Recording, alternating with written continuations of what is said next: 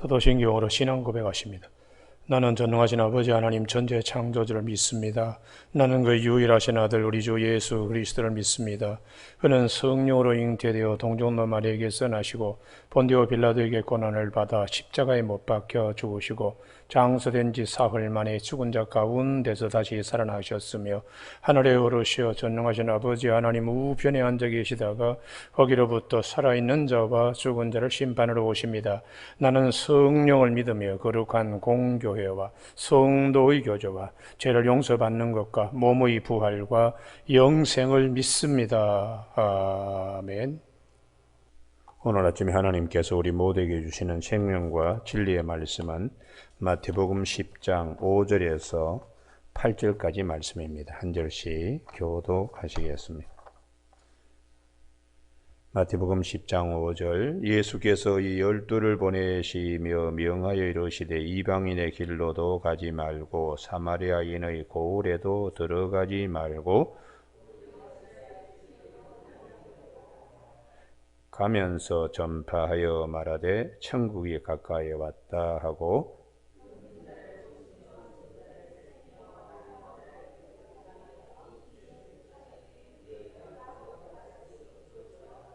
오늘 6절 말씀에 오히려 이스라엘 집에 잃어버린 양에게로 가라 하는 말씀 중심으로 원천의 복을 생각하게 하신 이라는 제목으로 말씀을 나누겠습니다. 우리가 이 마태복음은 유대인의 왕으로 오신 예수 그리스도 사자복음입니다. 오늘 예수님께서 이방인의 길로도 사마리아인의 고을에도 들어가지 말고 오히려 먼저 이스라엘 집에 잃어버린 양에게로 가라 이렇게 말씀을 하심은 하나님은 질서의 하나님이시기 때문입니다. 그래서 창세기 1장에 천지를 창조하실 때도 혼돈과 흑암 속에 있는 것들을 하나님께 첫째 날, 둘째 날, 셋째 날 이렇게 해서 다 하나님의 창조 질서 속으로 우리에게 다 이렇게 보게 하시는 것입니다.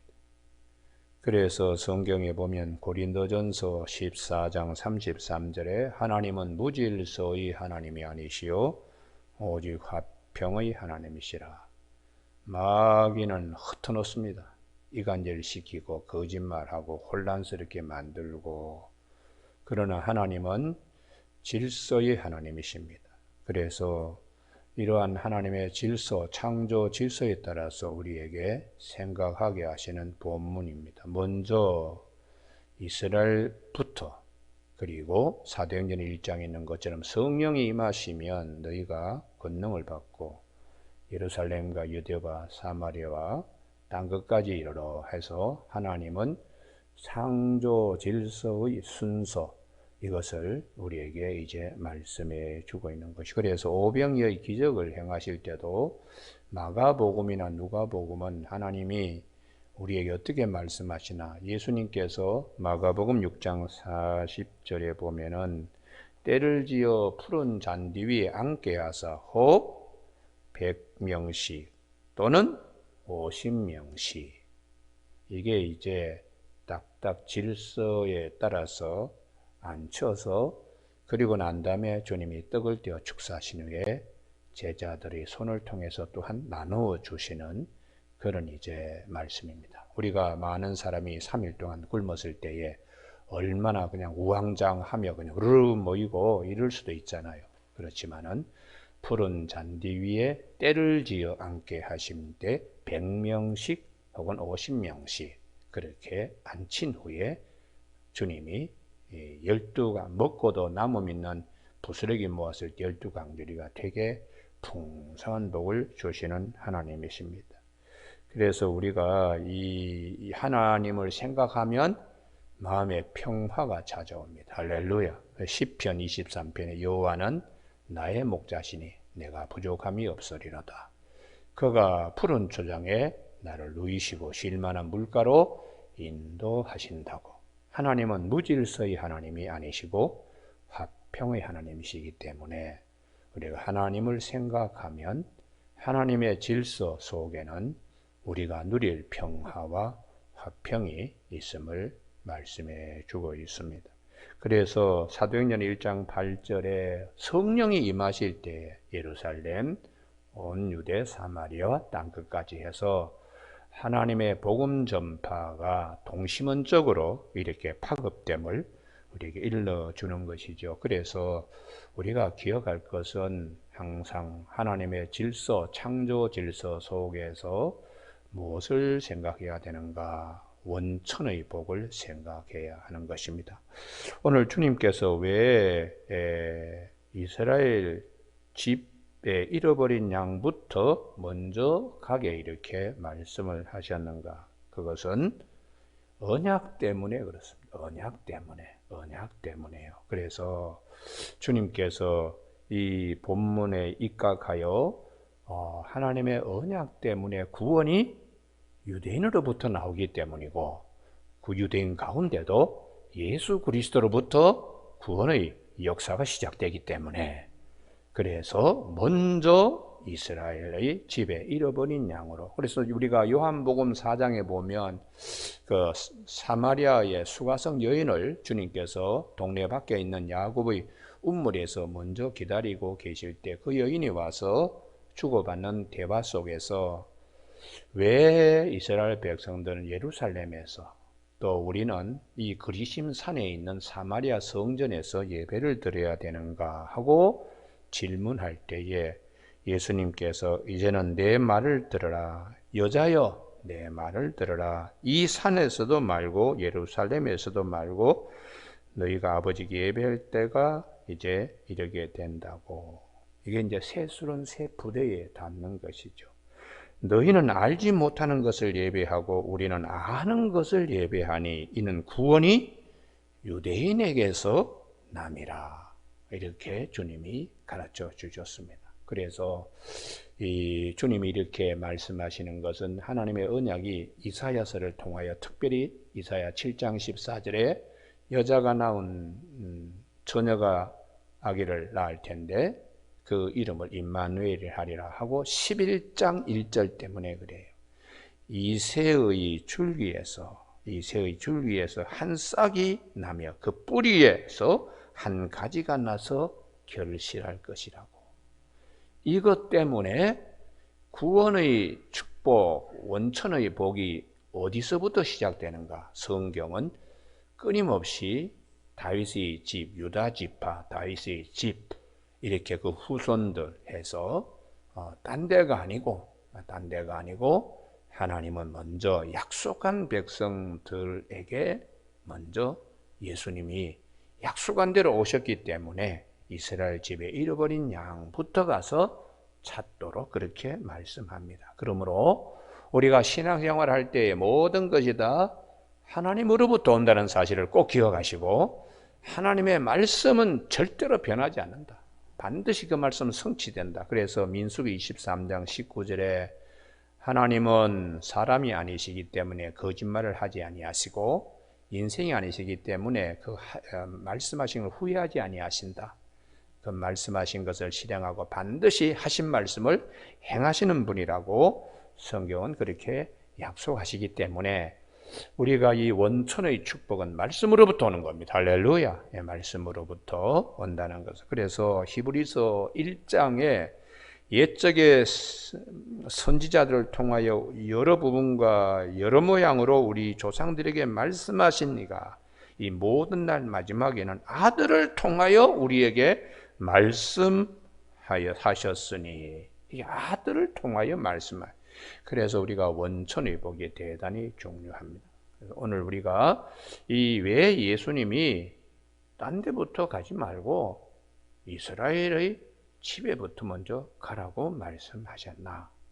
이게 하나님께서 창조 질서 속에 이스라엘을 통하여 하나님은 복음이 전파되도록 먼저 예루살렘에서부터 동시문적 파급 효과, 전파, 이런 것들을 하나님의 창조 질서 속에서 기억하게 하시는 하나님이세요. 그래서 이런 사고를 가지고 우리가 믿음 생활할 때에 원가지를 굉장히 소중히 여기고 뿌리를 소중히 여기고 그루터기를 소중히 여기는 신앙이 됩니다. 할렐루야. 그래서 남은 자의 이 믿음, 이 원천의 복을 가진 그걸 그루터기 신앙이라고 이제 그렇게 선지서의 후대에는 그걸 굉장히 강조를 하고 있지요. 우리가 사도 바울은 로마서 1장 16절에도 똑같은 말씀을 하고 있어. 내가 복음을 부끄러워하지 아니하여 이 복음은 모든 믿는 자에게 구원을 주시는 하나님의 능력이 됨이라. 먼저는 유대인에게요. 그리고 헬라인에게로다. 순서상으로 창조 질서로 보면 또 하나님의 약속으로 보면 유대인부터 먼저 복음을 믿고 그 믿은 유대인들이 세계를 이방인들을 또 복음화시키는 그래서 하나님의 약속이 성취되고 창조 질서의 그 원칙대로 이렇게 되는 것이지요. 복음에는 하나님의 의가 나타나서 믿음에서 믿음에 이르게 한다. 이 믿음으로 믿음에 이르게 한다는 말이 유대인으로부터 시작하여 이방인에게까지 또 율법과 선지자들의 말씀을 통하여 복음이 되기까지 그러니까 완전하게 하시기 위하여 오신 예수님을 통하여 모든 것이 다시 이제 더 확실하게 되고 분명하게 되는 것입니다. 그래서 사도 바울은 로마서 11장 여기는 꼭 한번 찾아봐야 되는데요. 로마서 11장 이 접붙임의 말씀인데요. 원뿌리 이게 대단히 중요하다는 것이에요. 로마서 11장 17절입니다. 로마서 11장 17절 254면입니다. 또한 가지 얼마가 꺾이었는데 돌 감람나무인 내가 이게 이방인들이죠. 그들 중에 접붙임이 되어 창 감람나무 뿌리의 진액을 함께 받는 자가 되었은즉 그 가지들을 향하여 자랑하지 말라. 자랑할지라도 내가 뿌리를 보존하는 것이 아니 뿌리가 너를 보존하는 것이니라. 할렐루야. 원천의 복을 항상 생각해야 하는 겁니다. 여러분 그래서 하나님께서 우리에게 이방인들이 신앙 좋다고 유대인들을 무시하지 말라. 지금은 믿지 않지만은 나중에 제일 마지막에 이들로 하여금 시기 질투가 나게 해서 반드시 믿게 하시는 하나님이다. 할렐루야. 이게 이제 32절에 하나님이 모든 사람을 순종하지 않은 가운데 가두어 두심은 모든 사람의 긍휼을 베풀려 하심이로다. 하나님의 원천의 복 가운데 모든 사람을 다 불쌍히 여기시는 하나님의 마음까지 우리가 읽기 때문입니다. 그래서 사도 바울은 이렇게 우리의 신앙이 거기서부터 출발되었으니까 항상 그 뿌리, 그 원천, 예루살렘, 이스라엘 백성들을 우리가 생각해야 됩니다. 그렇게 해서 로마서 15장 27절에 이방인들은 그들에게서 빚진 자라는 거예요. 이방인들은. 로마서 15장 27절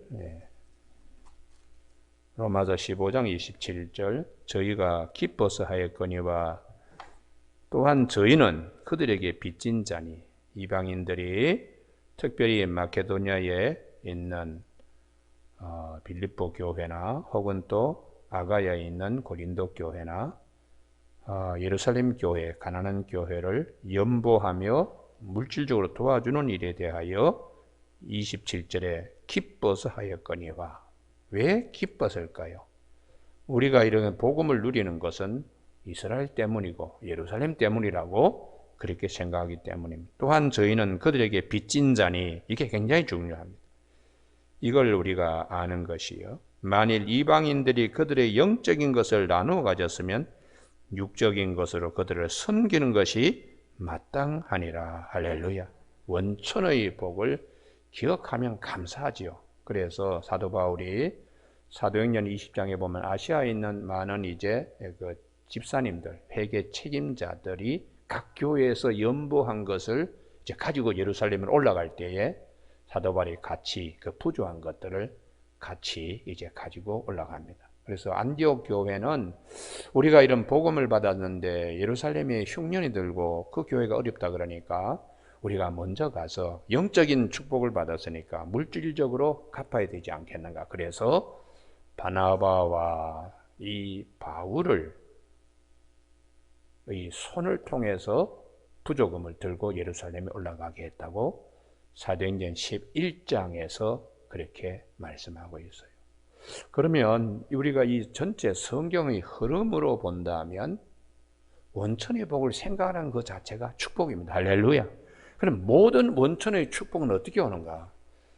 하나님이 약속하신 대로 이새의 줄기에서 한 싹이 나고 그래서 복음이 우리에게 왔다면 모든 신령한 복은 예수 그리스도 안에 있고 예수 그리스도를 통하여 예수 그리스도를 말미암아 온다는 사실을 꼭 기억해야 돼요.